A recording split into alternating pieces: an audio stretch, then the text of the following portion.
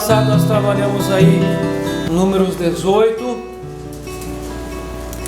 sobre o sacerdócio cristão, os deveres e os direitos do sacerdócio. No capítulo 19 de Números, o texto vai falar aqui sobre a água purificadora.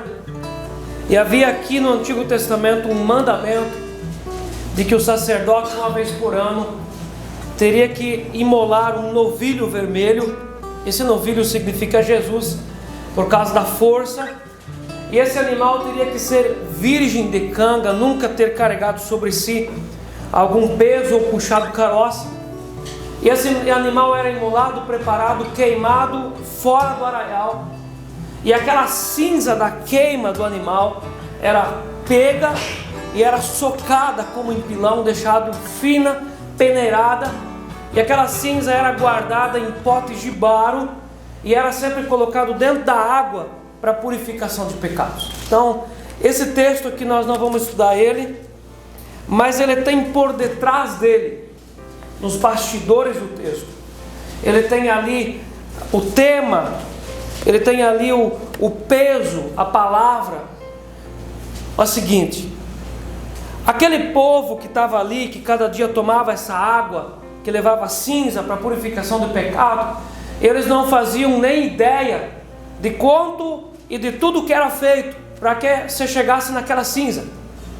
O povo ali que morava nas tendas, comia o pãozinho do céu, tomava a água da rocha, vivia a vida tranquila ali. Eles não viam, eles não sabiam do grande esforço que havia por detrás de conseguir o novilho vermelho, conseguir toda aquela madeira, muitos dias e noites queimando aquele novilho e depois ajuntando a cinza. Eles não faziam ideia do trabalho que havia por detrás, do esforço que tinha por detrás daquela cinza. Eles recebiam pronto. A mensagem desse texto é que nós não fazemos nem ideia do trabalho que havia por detrás de Jesus Cristo. Nós não fazemos ideia do trabalho que há por detrás das cortinas, que nós chamamos das cortinas da graça.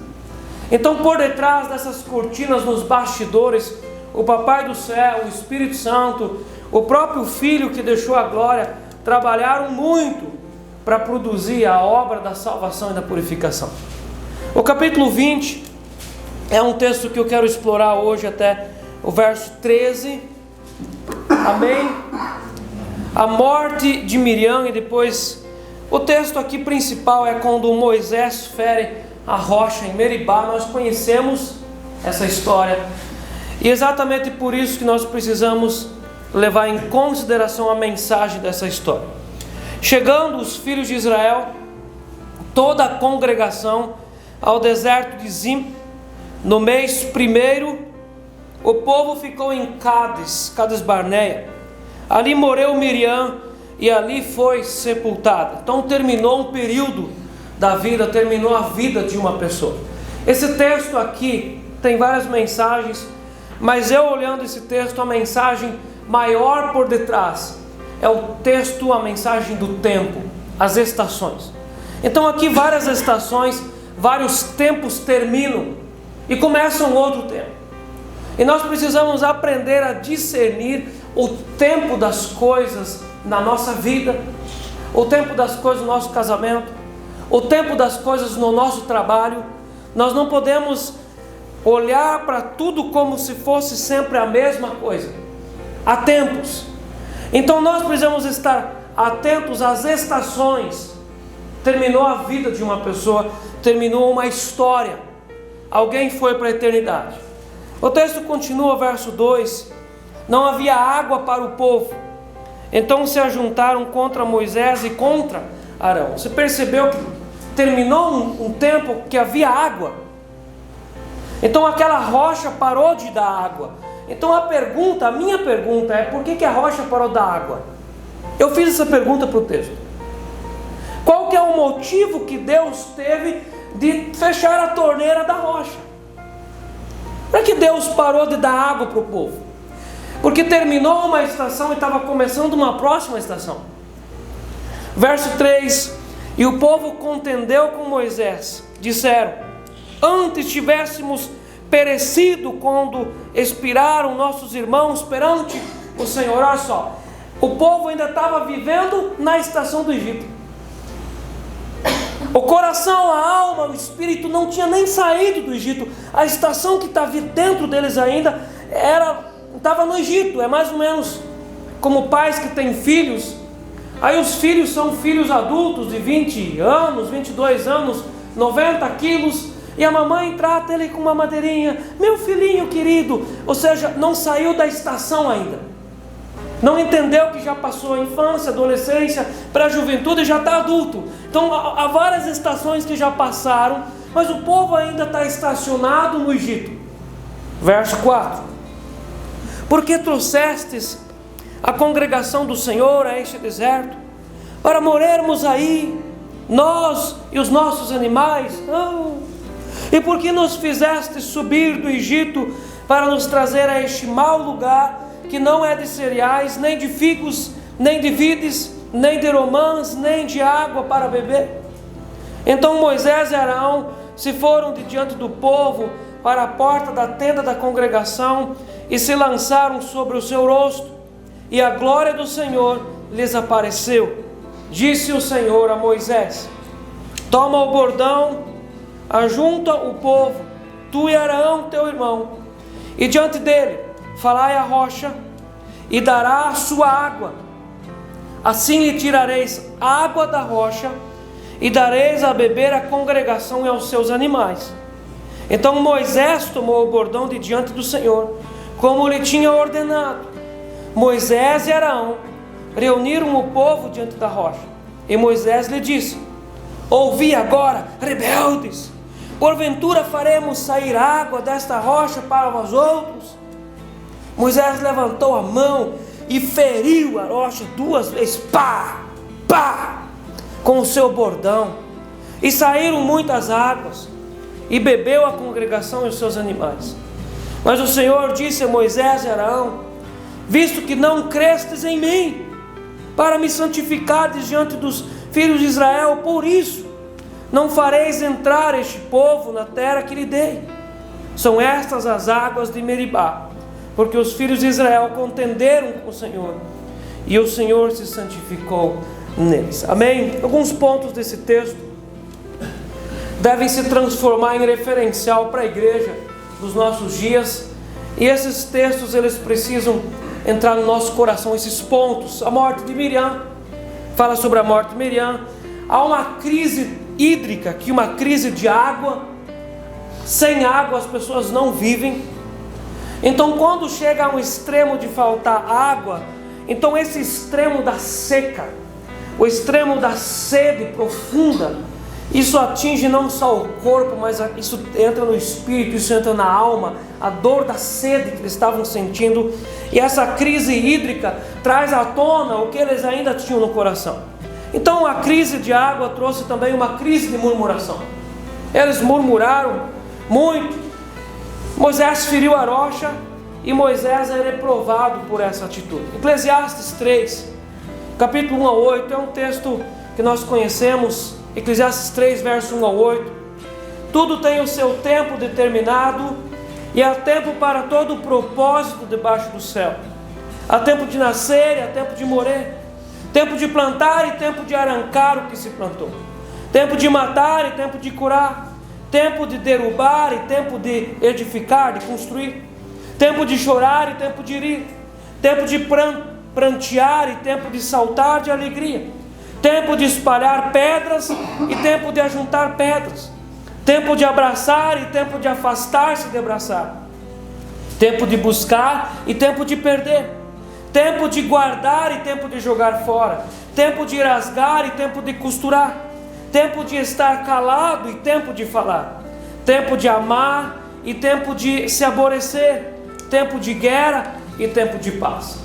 O texto diz que há tempo para todas as coisas debaixo do sol, e os tempos não são iguais. Então estava terminando aqui um tempo para começar um outro tempo, e nós precisamos levar em consideração as várias vezes que Deus colocou juízo sobre o povo, e depois há uma diferença de tempo, quando Deus não colocou mais juízo em uma das vezes que o povo se rebelou e murmurou contra o Senhor, mas sim correspondeu àquela falta de amor, falta de fé. Deus correspondeu com um milagre, quando o bordão de Arão floresceu. Deus correspondeu ao milagre. Eu entendo isso como uma nova estação estava começando. Parou-se aquela estação da vara, do juízo, do tempo duro, de matar, porque Deus entendeu que não havia como disciplinar o povo a partir disso. Começou uma nova estação. Deus agora começou a falar com o povo por meio de milagres. Havia um novo tempo que começou. Eclesiastes capítulo 8, verso 6 a 8, os que estão ali no capítulo 3, é só folhear ali no capítulo 8, no verso 6 até na metade do 8, porque para todo propósito há tempo e modo. Vamos falar, há tempo e modo. Porquanto é grande o mal que pesa sobre o homem, porque este não sabe o que há de suceder e como há de ser. Ninguém há que lhe o declare. Não há nenhum homem que tenha domínio sobre o vento para o reter, nem tampouco tem ele poder sobre o dia da sua morte. A primeira parte lá no verso 6 eu quero destacar, porque para todo propósito há tempo e modo. Há tempo e modo. A morte de Miriam deve ter afetado Moisés e Arão profundamente. O mais velho deles. O Senhor usou Miriam para salvar a vida de Moisés quando Moisés era bebezinho. Havia muitas memórias, vínculos familiares. Mesmo quando alguém tem um irmão, uma irmã que não tem tantos vínculos ou a afetividade não é tão grande, mas quando essa pessoa falece, há sim choro, há sim sentimento. A Miriam era uma irmã próxima do Moisés e do Arão. Ela dirigiu o louvor das mulheres depois que eles saíram por meio do milagre do Mar Vermelho. Essa mulher também suportou as provações do deserto e o tempo difícil. A Miriam estava ali junto, ela tinha ministério. A única mancha no relato sobre Miriam foi sobre a sua rebeldia, quando ela levantou queixa contra o ministério de Moisés, e ela foi então pega por Deus com a consequência da lepra. Mas ela foi uma irmã, ela teve um ministério. Então daquele grupo de líderes da igreja, Moisés, Arão, Miriam, que Deus tinha entregado essa liderança principal para esse grupo de uma família levita, desse grupo então, uma pessoa faleceu. Terminou-se um tempo. Meus irmãos, desde o dia do pecado no Éden, a raça humana lida com a presença da morte. Nós nem conseguimos lidar com a presença da morte. Nós lidamos com os mortos, mas a morte vem e vai, não tem como pegar ela. Mas desde que a consequência do pecado pegou Adão e Eva, a raça humana lida com a morte das coisas. Nós não conseguimos entender a morte. Nós conseguimos entender todas as outras coisas, mas a morte não é entendível, porque o ser humano, Adão e a Eva, foram construídos, foram desenvolvidos por Deus para não entender a morte. Nós não entendemos a morte. Nós entendemos uma lápide, que nós sabemos que ali um parente ou alguém querido da família foi depositado. Nós entendemos isso, mas nós não entendemos a morte. Nós podemos entender que aquele corpo já está sem vida, mas nós não entendemos a morte. A morte, o apóstolo Paulo diz que a morte vai ser a última a ser derrotada. A morte. Desde que o ser humano pecou contra o Senhor no Éden, nós lidamos com a questão da perda por meio da morte. Pais sepultam filhos, filhos sepultam os pais, marido sepulta a esposa, esposa sepulta marido, amigos e conhecidos se vão, até chegar também o dia da nossa partida. Às vezes nós agimos como se esse dia não vai chegar. Só os outros vão morrer, a gente não. A gente é durão, quando o pensamento sobre o final da nossa existência nos visita, nós rapidamente o substituímos e nós pensamos em alguma outra coisa. E nós pensamos, não, falta muito tempo ainda. Não, Deus proverá, alguma coisa vai acontecer. Mas nós sabemos Deus colocou em nós essa certeza que um dia nós também vamos partir. E a Miriam partiu. Ela foi uma grande mulher que esteve adiante do louvor dessa grande congregação, foi uma ministra de louvores, mas também chegou um dia em que finalizou-se o seu ministério, terminou um tempo. Nós vamos olhar o próximo tempo, que é o verso 2 em diante. Não havia água para o povo. Por que é que Deus fechou a porta dessa rocha e não havia água? O texto não fala. Nós temos resposta para todas as coisas, irmãos. Nós não temos resposta. Quando o Senhor Jesus, lá em Atos dos Apóstolos, capítulo 1, ali no segundo quadro, depois que Jesus manda os discípulos ficarem em Jerusalém, até que eles seriam batizados com o Espírito Santo, logo depois eles perguntam para Jesus: será que esse vai ser o tempo em que o Senhor vai restaurar o governo para Israel? E Jesus responde ali uma pergunta dizendo: olha, vocês não precisam saber de tudo, porque de fato não há como saber de tudo. Então por que às vezes na nossa vida alguma torneira seca? Por que às vezes uma porta se fecha? E permanece a saudade, porque essa porta nós já conhecíamos que ela era abundante de água, e Deus vai lá e fecha essa porta. Nesse texto, o fechar dessa porta, o fechar dessa torneira, trouxe em evidência o que havia no coração desse povo. Muitas vezes a igreja vive debaixo de uma prosperidade muito grande, e quando a prosperidade é grande, muitas vezes isso pode esconder alguns problemas no nosso coração, falhas, feridas, caráter não resolvido. Mas quando o Senhor Jesus fecha algumas portas na nossa vida, então essas portas fechadas, essa seca, ajuda a revelar o que há no coração. E quando o Senhor Deus fecha as portas da torneira, da rocha aqui, trouxe à tona essa rebeldia, essa ferida, essa saudade do deserto, que já não deveria mais estar ali.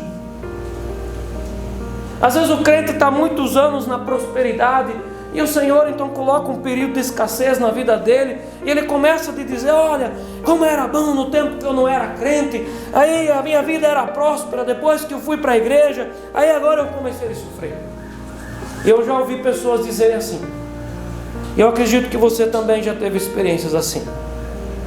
Então quando Deus fechou essa porta, o que o povo começou a fazer? Verso 3: e o povo contendeu com Moisés, como se o Moisés tivesse culpa, ou se o Moisés fosse dono da Sanisul lá da cidade,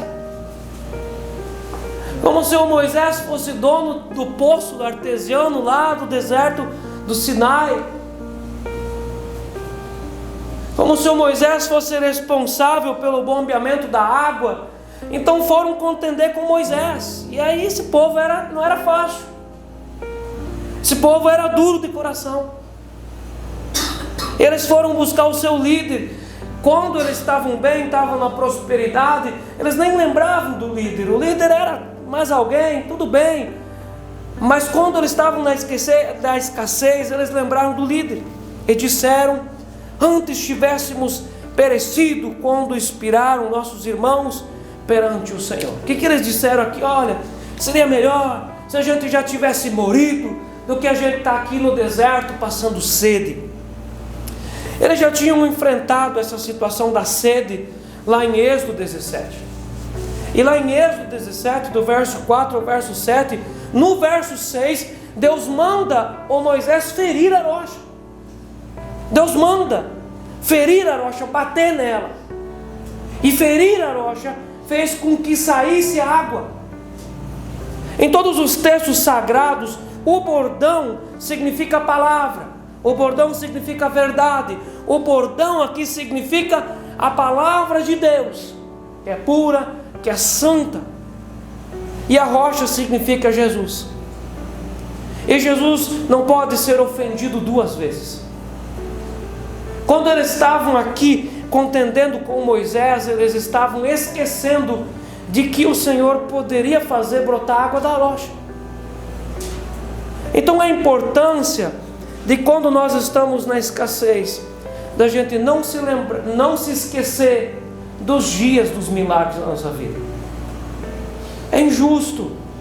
Nós vivemos dias de milagres, então nós oramos, nós agradecemos, nós somos felizes, e às vezes as pessoas acham que aquela situação vai durar para sempre. Então agora o Senhor Deus colocou um milagre na minha vida, colocou a prosperidade, e eu serei próspero para sempre. Não há nenhuma garantia disso. O povo de Deus às vezes também pode passar tempo de sede, de seca, e Deus fechar a torneira da rocha e faltar água. O que isso trouxe à tona? Isso era um reflexo condicionado ali dentro das pessoas. Sempre que os israelitas se deparavam com a dificuldade, reclamavam com Moisés e Arão e se lamentavam por não terem ficado no Egito. Então, quando nós estamos diante de uma dificuldade, como nós agimos?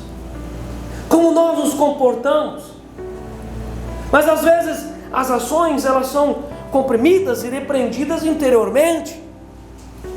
Por fora a pessoa está toda tranquila, não, Deus vai abençoar, eu tenho certeza que Deus vai um dia abrir as portas da rocha de novo, mas por dentro ela está chutando o pau da baraca, ela está chutando o balde, ela está escoiciando. Por fora está tudo certo, amém, irmãos, eu creio que Deus vai fazer um milagre, mas lá por dentro está uma ebulição. Todas as vezes que eles entravam em dificuldade, eles reclamavam. A reclamação era o cântico, era a música de lamentação da vida deles. As dificuldades servem para mostrar o que há de melhor e o que há de pior dentro de nós, e leva-nos a amadurecer ou a nos tornar ainda mais infantis.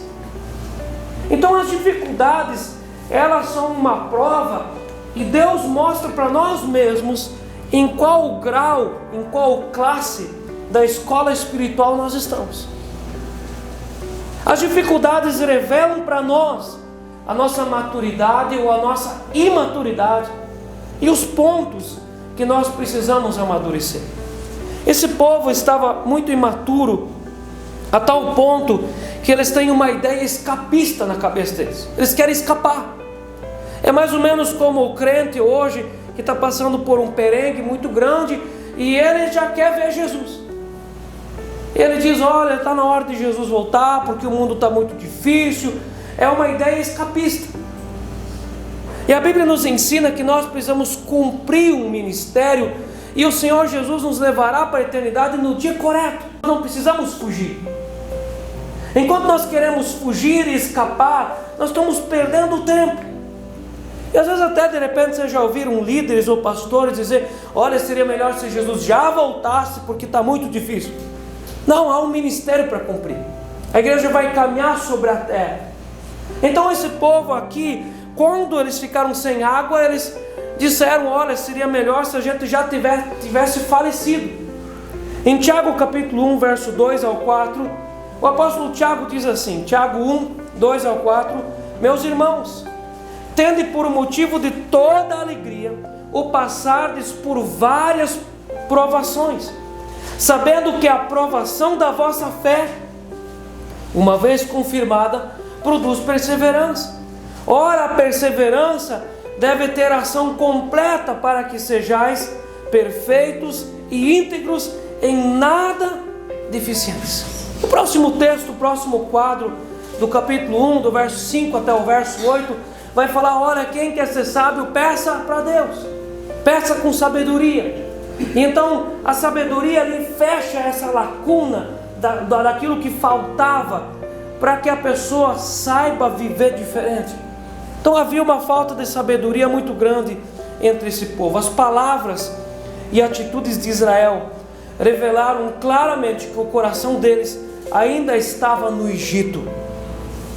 A cabeça, o corpo estava na igreja, adorando, servindo, dizendo amém, aleluia, ali recebendo, mas o estado do coração ainda estava no Egito. E é possível E tem dessas coisas na igreja. Eles ainda estavam no Egito. Trata-se de um retrato claro do cristão, confesso, que ainda ama o mundo, que se volta para o mundo em busca de socorro. Cada vez que há um problema, a cabeça dele, o coração, volta para os segredos do mundo, para os amores do mundo. Como nós reagimos diante das dificuldades? O seu apóstolo Tiago diz que há ali sabedoria em a gente passar por várias provações, provas. Eles estavam sendo provados. Não só o povo estava sendo provado, como o Moisés e o Arão estavam sendo provados. Diante dessa crise, como que o pastor vai se comportar? Meus irmãos, há pessoas que debaixo de crise se comportam muito mal. Se não tivesse crise na vida delas, nem elas saberiam como elas são carnais. Mas coloca uma crise, coloca uma dificuldade financeira, coloca uma porta fechada, para você perceber a arrogância, a ignorância, a dureza, a incredulidade da pessoa. Coloca uma crise, coloca uma dificuldade, coloca um desemprego, coloca uma conta que não consegue pagar, para você ver o caráter e o espírito interior das pessoas. Deus fez isso com eles, e Deus cortou o principal. Eles ainda poderiam viver sem comida, mas não dá para viver sem água. E Deus trouxe para eles como que eles eram interiormente. No verso 6, então Moisés e Arão se foram de diante do povo para a porta da tenda da congregação e se lançaram sobre o seu rosto, e a glória do Senhor lhes apareceu. Qual que era a reação dos líderes aqui nesse lugar? Meus irmãos, nós estamos falando aqui do comportamento de líderes. Toda a igreja cristã tem líderes. A nossa comunidade aqui também tem líderes. Como que esses líderes aqui se comportaram diante dessa crise que era muito grande aqui? O texto aqui não traz toda essa nervosia que tinha por ali, essa pressão enorme. Mas nós podemos imaginar essa situação aqui, que situação difícil para essa liderança. Falta água e o povo quer matar o líder. Então era uma situação muito difícil. Era uma situação mesmo de não conseguir dormir. Era mesmo uma situação do coração parar de bater. Mas esses líderes, eles, nesse primeiro momento, eles se comportam muito bem. Eles buscam ao Senhor em oração. Meus irmãos, isso aqui é algo que... Isso aqui é um caminho, e esse caminho aqui, ele está completamente batido. De tanto que nós passamos por ele, nos cultos e nos estudos bíblicos. Qual que é a caminhada, qual que é o caminho que nós precisamos acessar quando nós estamos debaixo de uma crise grande? O caminho da oração. A palavra do Senhor sempre nos mostra essa porta. Quando a porta da rocha se fechou, a porta do céu continua aberta. A despensa do Senhor não se esgota. Havia mais água onde se tirava a água antes. Esses líderes aqui foram para a oração. O povo é que deveria estar prostrado com o rosto em terra. O povo, confessando os seus pecados e buscando o perdão de Deus. Porém, mais uma vez, Moisés e Arão se colocaram no lugar do povo e buscaram sabedoria e ajuda do alto. Deus mostra um caminho para a gente. O texto aqui não fala quantos dias que eles estavam sem água. Aparentemente nos parece que uma hora ficou sem água, aí o Moisés foi orar, e na outra hora Deus já começou a responder. Mas nós sabemos que nem sempre é assim. Algumas portas fechadas na vida das pessoas às vezes podem durar anos, meses. Portas fechadas. Há um dos pais da igreja chamado Agostinho de Hipona. que era um homem que trabalhava para o Império Romano, era um homem perverso. A mãe desse homem era crente, e ela orou 22 anos até que o seu filho se converteu. Se tornou um dos pais da igreja, um homem muito grande em doutrina, e muitas doutrinas que nós cremos hoje saíram da interpretação desse homem, Agostinho de Hipona. 22 anos. Quantos anos que a mãezinha do Samuel orou, até que o Senhor ouviu o seu clamor e Deus abençoou ela. Essa é a porta da oração. Esse é o caminho do Senhor. O texto aqui não fala quantas vezes, ou quantas horas, quantos dias, mas aqui a coisa era muito tensa. Mas o Moisés e o Arão buscaram ao Senhor em oração. O pastor Warren Wiersbe diz assim: os líderes espirituais pagam um preço muito alto quando procuram servir ao povo de Deus, mas as pessoas normalmente não dão valor a isso. As mesmas pessoas cometem os mesmos pecados e recusam-se a confiar em Deus e a obedecer. Esses homens, eles se colocam nessa brecha, eles se colocam como intercessores diante dessa situação. E nós precisamos lembrar que eles também estavam sem água, eles também estavam com sede. E quando nós experimentamos da mesma sede que o outro, é mais fácil de orar pelo mesmo caso. Se o Moisés e o Arão ali tivessem água em abundância, talvez eles esperariam mais uns 2 dias. Mas eles também estavam sem água. Quando nós nos colocamos na situação do outro, é mais fácil a gente orar. Eles buscaram ali no primeiro momento o caminho da oração. Verso 7 e o verso 8: disse o Senhor a Moisés. O Senhor respondeu a oração deles. Eles se colocaram para orar e Deus respondeu a Moisés. Deu resposta. Deus não deu a água, mas Deus deu uma resposta. Verso 8: toma o bordão, ajunta o povo, tu e Arão, teu irmão, e diante dele falai a rocha. Vamos falar junto? Falai a rocha. Vamos falar mais uma vez. Falai a rocha. Fala com a rocha. Fala. E dará a sua água. Assim lhe tirareis água da rocha, e dareis a beber à congregação e aos seus animais. Da obediência deles seriam abençoados todos. Então Deus dá ali algumas ordens para Moisés. Primeiro, toma o bordão. Qual é esse bordão? Esse é o bordão que diante da sarça ardente, o Moisés gaguejando fala com Deus: oh, eu não tenho nada. E Deus pergunta: o que você tem nas mãos? Eu tenho um bordão. Então com o teu bordão você vai fazer tudo.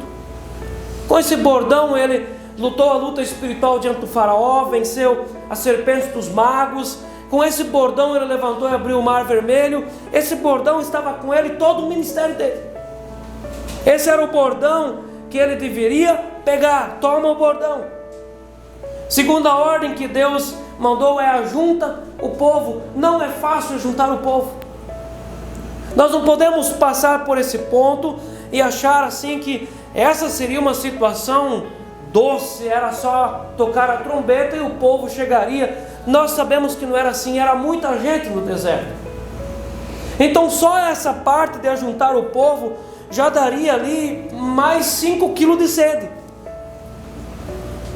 E esse povo era tão teimoso que eles eram teimosos até contra a própria bênção. Deus queria abençoar eles, mas eles eram duros. Então eu imagino que isso deve ter dado trabalho até ajuntar o povo para abençoar o povo.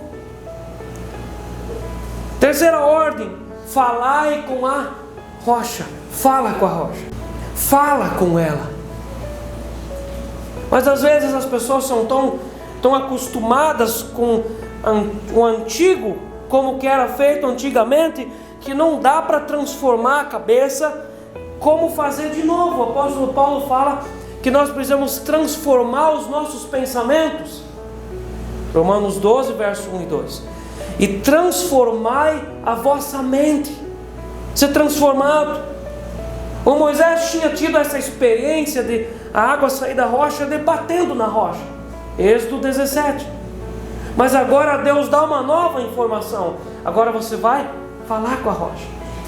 A primeira informação que Deus dá para Abraão é: toma o teu filho, toma o menino, o Isaque, e vai sobre o monte, sobre Moriá, e sacrifica ele. A segunda informação é quando ele estava para sacrificar o seu filho: não, levanta os olhos e havia ali um cordeiro. Se nós pararmos de ouvir o que Deus fala, nós mesmos fechamos portas da nossa vida.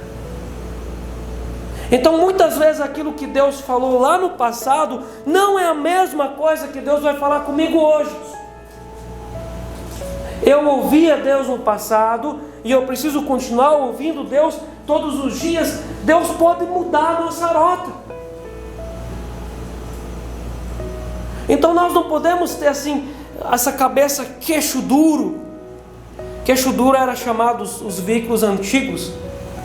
Quem é mais novo já pegou direção hidráulica, mas antigamente era queixo duro. E quem pegava aí um caminhão antigo aí para carregar tora, ou semente, ou cereais, devia ter sido difícil. Então o nosso entendimento não pode ser queixo duro, de uma vez alinhar ali para uma valeta e não querer sair daquilo. A primeira vez que Deus tinha dado esse milagre a partir das mãos de Moisés era ferir a rocha. Mas agora Deus vem com uma informação nova: fala com a rocha, fala com ela.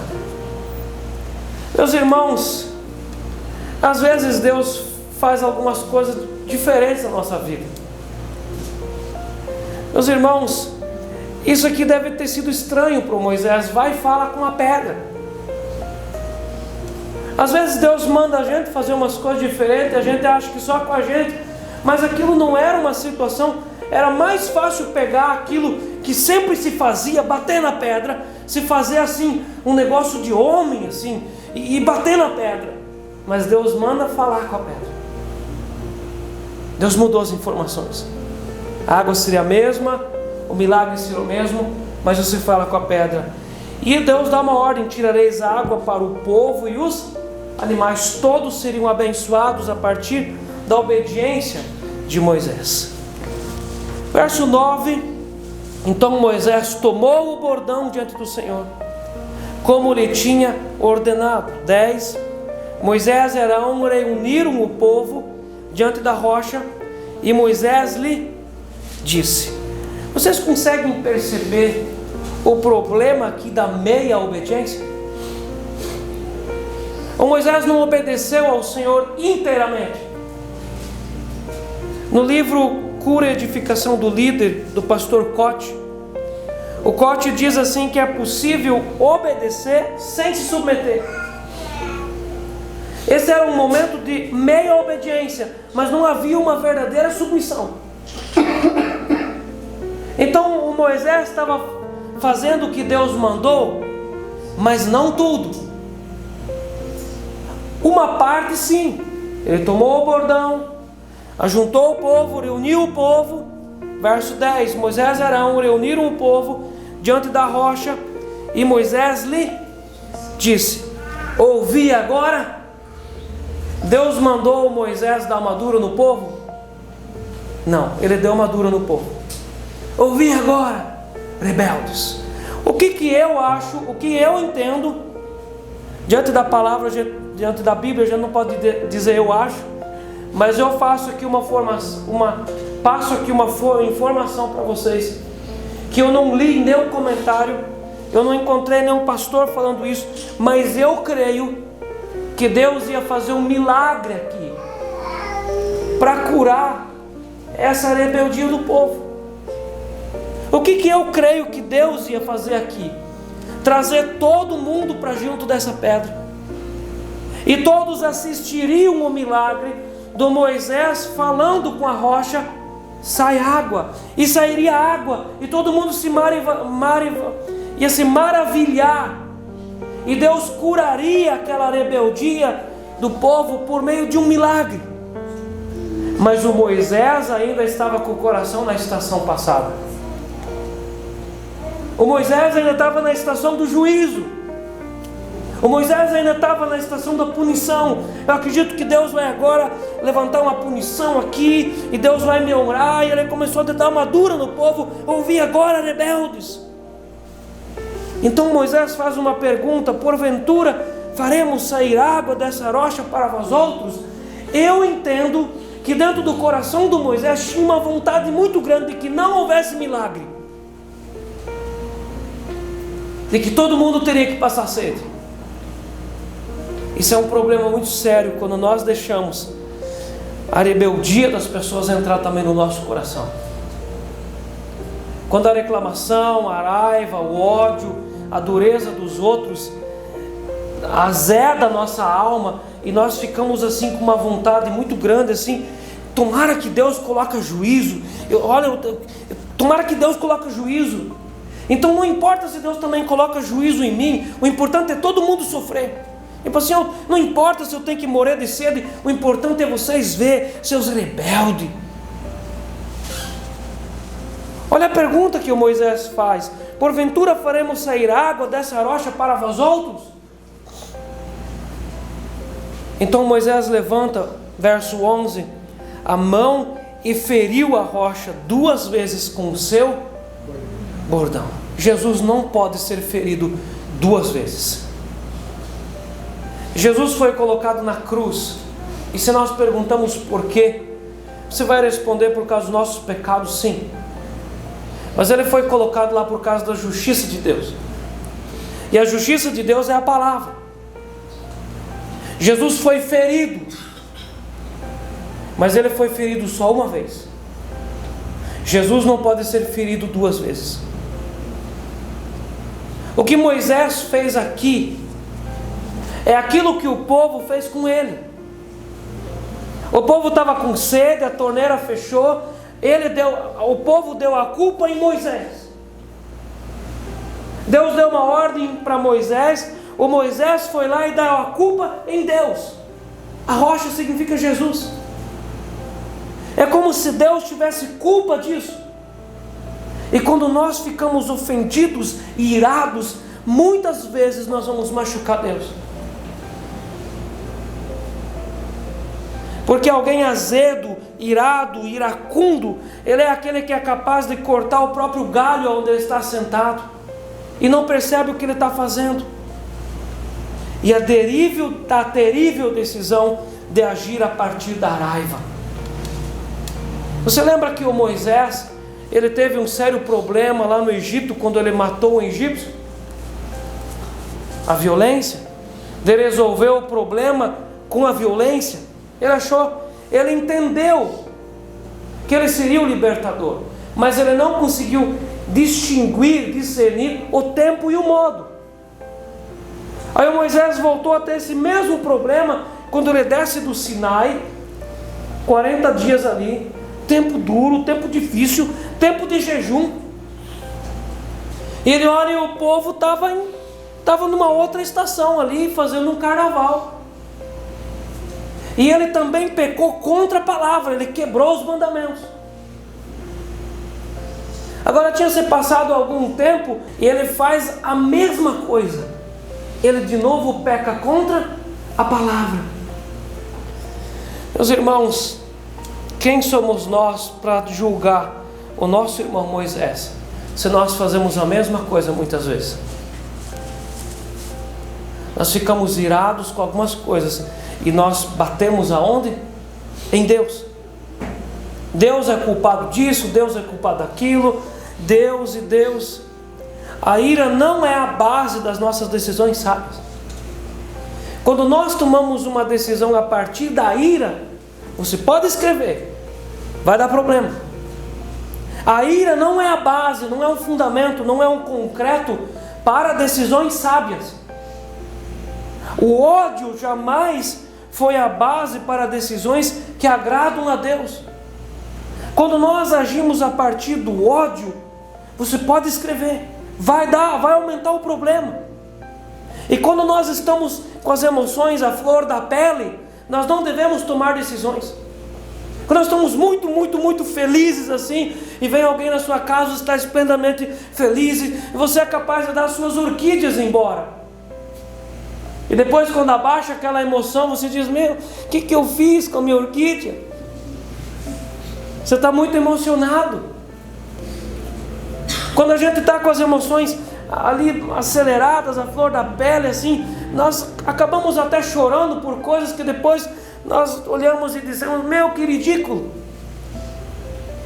E quando nós estamos acelerados com as emoções, com raiva, com ódio, nós tomamos decisões erradas.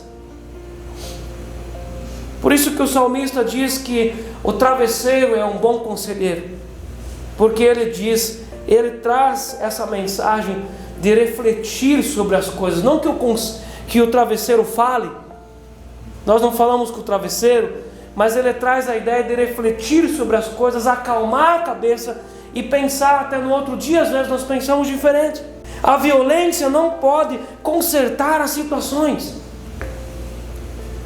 A violência não conserta. E quantas famílias às vezes são destruídas no meio da violência, às vezes no meio do calor de uma discussão, são tomadas decisões que depois trazem amargura para um casal, para uma família e às vezes para a descendência. A raiva é terrível. Meus irmãos, a violência é terrível. Quantos lares são destruídos, às vezes por violência de palavras. Homens destroem o coração de uma esposa, às vezes vice-versa também. Pais às vezes destroem o coração dos filhos quando perdem a paciência, a ira e jogam sobre os filhos palavras pesadas, que às vezes trazem traumas e inseguranças muito grandes. A violência nunca foi a base de coisas boas. A violência tem a autoridade de tornar as coisas ainda mais complicadas. Mais complicadas. Da mesma forma como o povo mostrou a imaturidade diante da crise hídrica, Moisés demonstrou sua imaturidade batendo e ferindo a rocha. Não era tempo de bater, era tempo de falar. Meus irmãos, eu creio que é exatamente esse é o grande tema desse texto: discernir as estações. Quando é inverno, nós não vamos vestir regata, nós vamos vestir uma calça e um casaco. Quando é verão, nós não vamos colocar um casacão e vamos fazer caminhada. Nós não somos tão tolos a ponto disso. É necessário discernir as estações, irmãos. Então o nosso casamento também tem estações. Quando nós lemos Cântico dos Cânticos, ele está dividido em 3 estações. A primeira estação é o namoro. A segunda estação, a coisa fica mais séria, é a estação do noivado. E depois acontece ali o casamento, a estação do casamento. E quantos homens que entram no casamento e no casamento vivem como se fossem solteiros, ainda estão atrasados na estação. Aí vem os filhos e o casal quer viver como se eles fossem ainda namorados. Nós precisamos discernir as estações. A nossa vida, o nosso corpo tem estações, nós não somos sempre os mesmos. Há pessoas que com 60 anos querem fazer o que alguém de 18 faria. A estação já passou. Não tem mais como. A limitação do corpo já chegou. E alguém que tem 12, 13, 14, 15 anos não pode se comportar como alguém de idade. Ele precisa viver a sua estação. A igreja também tem estações, irmãos. Vocês devem perceber como que as estações ao longo do ano, elas mudaram aqui na nossa comunidade. Vem uma nova estação. Então primeiro era a estação dos discípulos andar após Jesus e ver tudo o que Jesus fazia, e eles prestarem atenção. Depois vem a estação do mestre ser pego. Depois vem a estação dos 40 dias de Jesus trazer tudo de volta, curar o ministério de Pedro. Depois vem ali a estação de esperar. Vocês vão ficar em Jerusalém e esperar. Ninguém sabia que seriam 10 dias. Nós sabemos hoje. Eles perseveraram e desceu o Espírito Santo, começou uma nova estação. Nós precisamos discernir a estação da nossa vida, irmãos. Meus irmãos, o nosso grande patriarca Abraão, ele sabia quando ele ia para a eternidade. Ele sabia discernir a preparação para a eternidade, discernir os tempos e as épocas da nossa vida.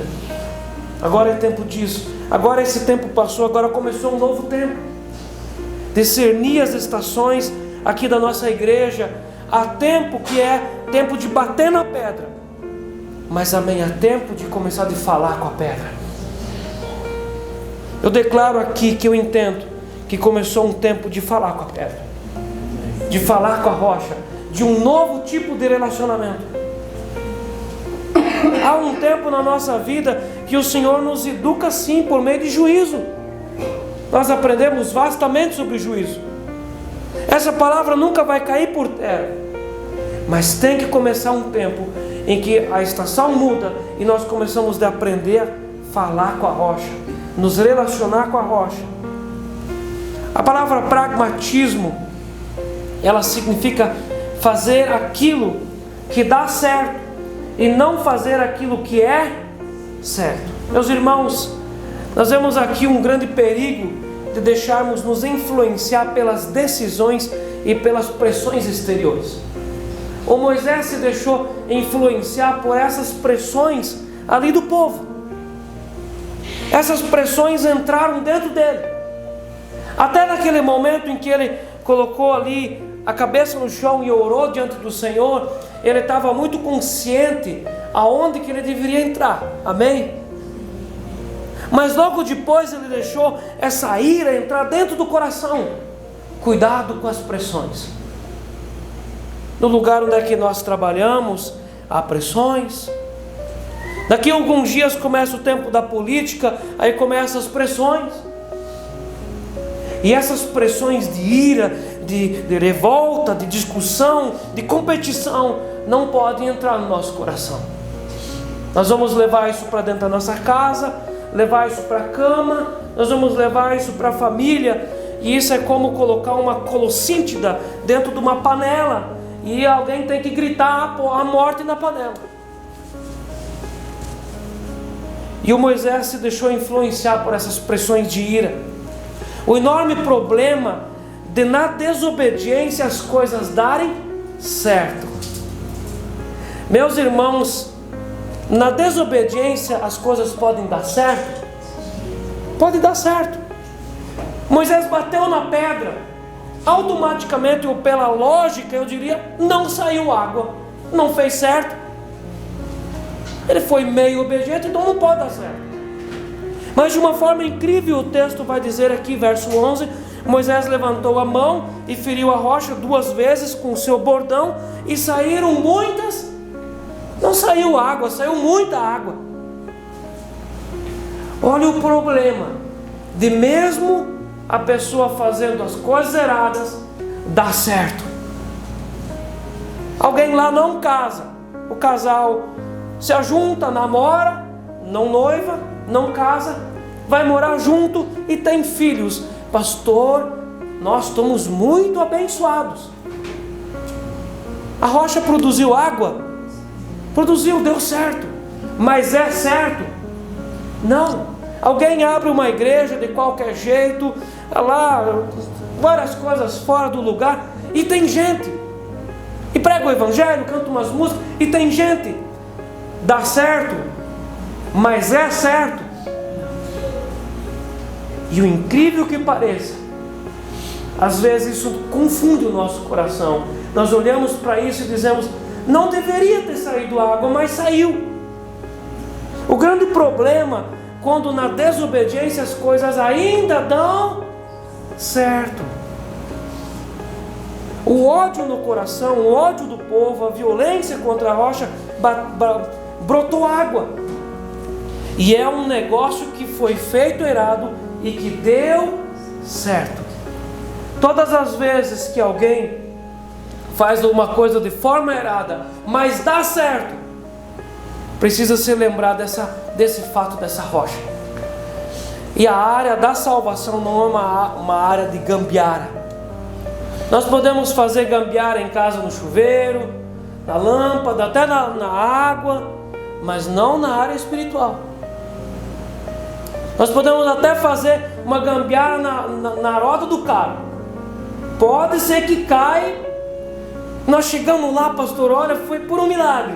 Na roda do carro até pode, mas não nas áreas espirituais. E deu certo. De uma forma inexplicável deu certo. Mas meus irmãos, o verso 12: mas o Senhor disse a Moisés e Arão: visto que não crestes em... Por que o Moisés bateu na pedra? Incredulidade. Deus deixa claro. Por que ele bateu? Por que ele surou a rocha? Por que ele feriu?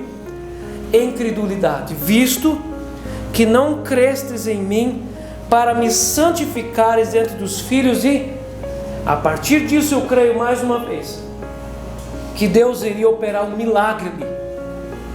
Todos iriam ficar maravilhados do que aconteceria falando com a rocha.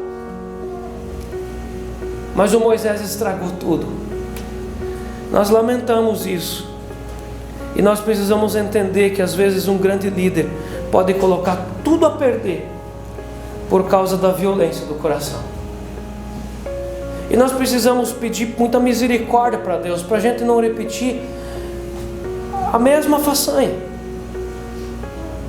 Às vezes os filhos machucados contam a história dizendo: o nosso pai era um pai muito bom. Nós não podemos nos queixar nada do nosso pai, mas aquilo que aconteceu lá em casa com 18 anos, aquilo quebrou. Assim, na saída do jogo, assim, no final, assim, era só ter mais um pouquinho de paciência que a coisa ia dar certo, assim, só mais um pouco. E houve violência e acabou machucando. Só um pouquinho mais. E Deus deixa bem claro que isso aqui foi um ato de incredulidade. A ira é um gesto de incredulidade. A violência é um ato de incredulidade. A incredulidade traz consequências, ainda que seja para grandes homens de Deus.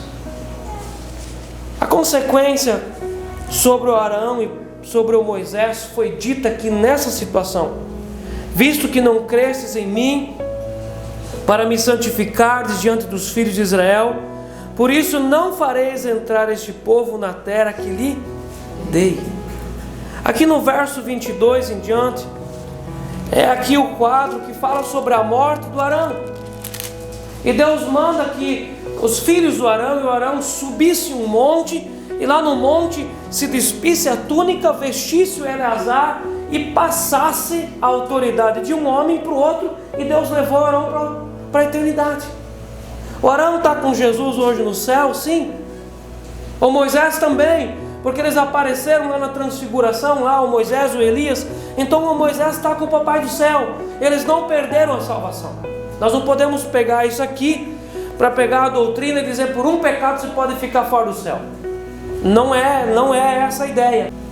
Mas a ideia é, mesmo andando com Deus muitos anos e acertando, uma coisa pode nos trazer uma consequência bem grande na vida. Você entendeu isso? Às vezes uma coisa era para falar com a pedra, bateu, mas Deus só... Sim, Deus leva as coisas muito a sério. Deus leva a sério a sua palavra.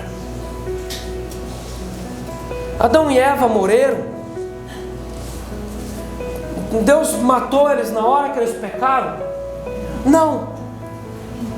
Mas por causa deles entrou a morte no mundo, por causa da punição do pecado. Trouxe consequências. Mas Deus, por causa de uma coisa? Sim, porque Deus leva a sério a sua palavra. E nós precisamos vigiar muito na nossa vida, porque às vezes uma puxada de palito muito brusca pode nos trazer às vezes anos de seca e anos que a rocha seca.